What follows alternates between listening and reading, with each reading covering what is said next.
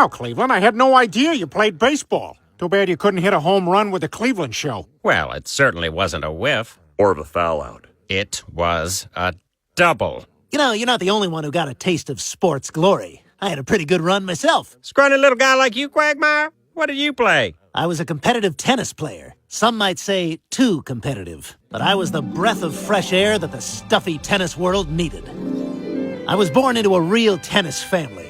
On my first birthday, my mother gave me a little head. I wanted to be the first male cheerleader for tennis. I cheer on 2 occasions, day and night. Ooh, tennis! And when that was weird, I decided to just play tennis. But it was understood I'd grow up to be a tennis player like my father, and his father before him, and his father before him. We came from a long line of tennis dicks. I had 6 brothers, but they'd all sliced off their hands opening a tennis ball can. Possibly the most dangerous object known to mankind. Hey guys, anyone want to play tennis? Llewellyn, no!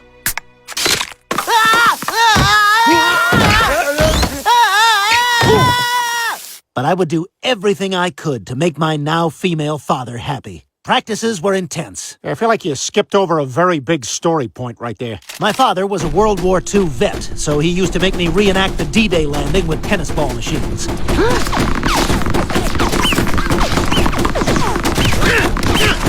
But the work paid off. I got invited to the first U.S. Open, which at the time was called the U.S. Now Open.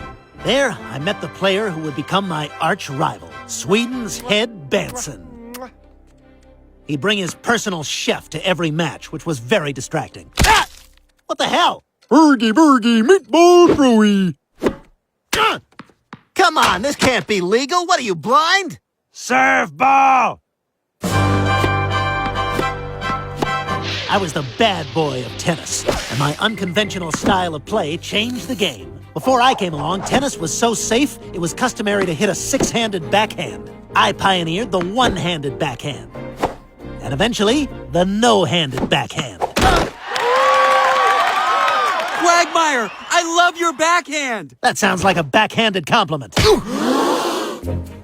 I also flouted tennis etiquette by wearing the longest, baggiest shorts the game had ever seen.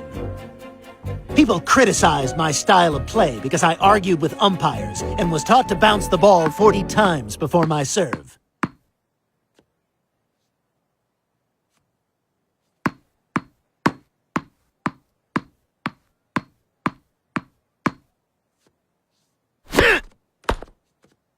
Let first service.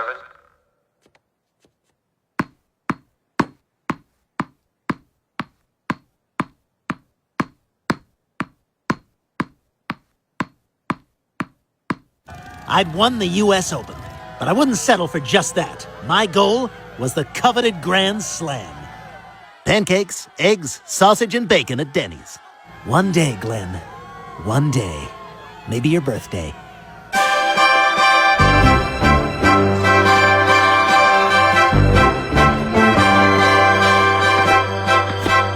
I made it to Wimbledon and got to play in front of the Queen, Freddie Mercury.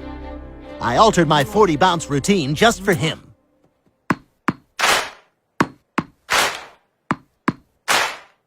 It was an honor playing for Freddie on grass that day. He later died. The doctor said it was asphalt.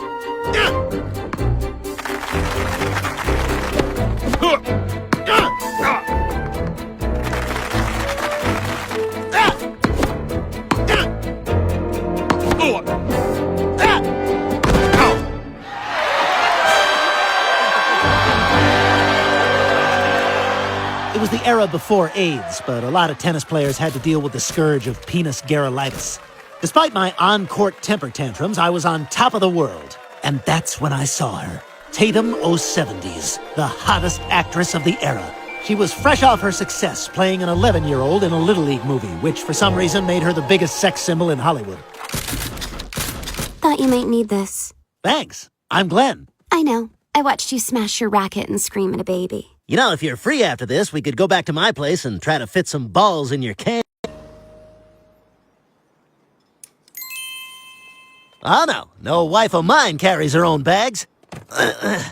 Oh my God, that's heavy. What's in these things? Well, we're here for 2 nights, so my hair dryer, my iron, my free weights, and I thought maybe if I had a minute I'd rollerblade, my CPAP machine and bedside table, There's a whole table in here? travel Peloton, every robe I've ever owned, and my desktop computer. It's got my email on there. Lois, I have an umbilical hernia. They're on rollers. Oh, Okay, so I booked us a suite so that we can keep up the appearance of being married but still sleep in separate rooms. like John Krasinski and Emily Blunt? Exactly.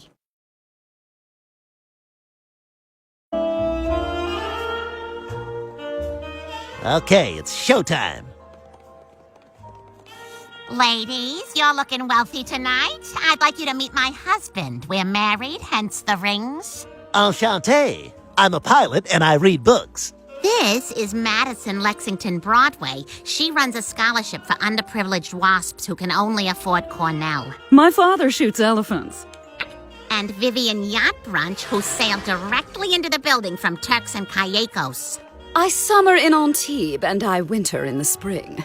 And of course, Scowly Tight Anus, the granddaughter of both Henry Tight and Randolph Anus.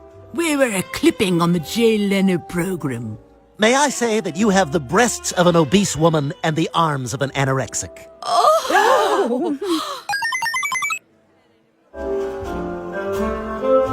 I mean, when you got that standing ovation for comparing the estate tax to the Holocaust, I felt like the belle of the ball. I really enjoyed spending time with you, too. So, He's a good guy. Let him down easy. When he goes for the kiss, just tell him that Rosebud! That's the actress I was trying to remember earlier. Always good, but never a star. Okay, I'll text Bonnie about that later. I want you to meet the cocktail waitress I'm about to sleep with. What? This is Jenna. You might remember her boobs from hovering over your shoulder while pouring wine. I know I do.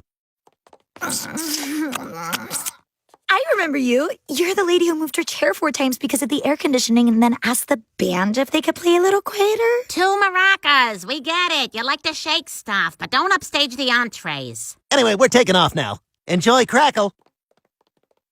I can't believe this. Well, I guess I could always go down to the business center and get passively hit on by all the losers. Oh, look who decided to show up. Hey, Lois. That was some night. You'll be happy to know I was able to perform on a 4-inch thick futon in front of 3 roommates. You know, the hotel sent champagne up for us last night. Oh, why didn't you send it to me and Jenna? Well, no sense wasting it. Hey, did you end up working out in the morning like you said you were gonna? What was it, 40 minutes cardio, then a Pilates class? Did you do both of those? No, I didn't do both of those. So just one? I did neither of them. Ouch. Well, thanks again for inviting me. This has been fun. First pee afterwards. Whoa! Lois, I'm using all the towels.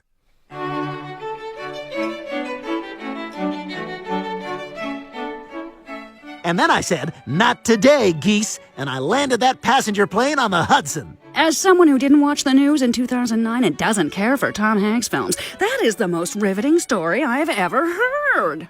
Ladies and gentlemen, this is your brunch captain speaking. It's gonna be a bumpy ride, 'cause I'm making mimosas. The only thing bumpy around here is that strained airplane metaphor. What is this, Mutters Against Drunk Driving? Lois, have a drink.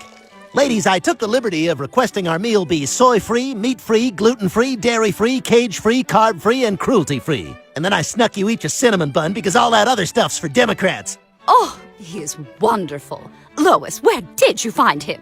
Oh, you think he's so wonderful? Last night he screwed the cocktail waitress.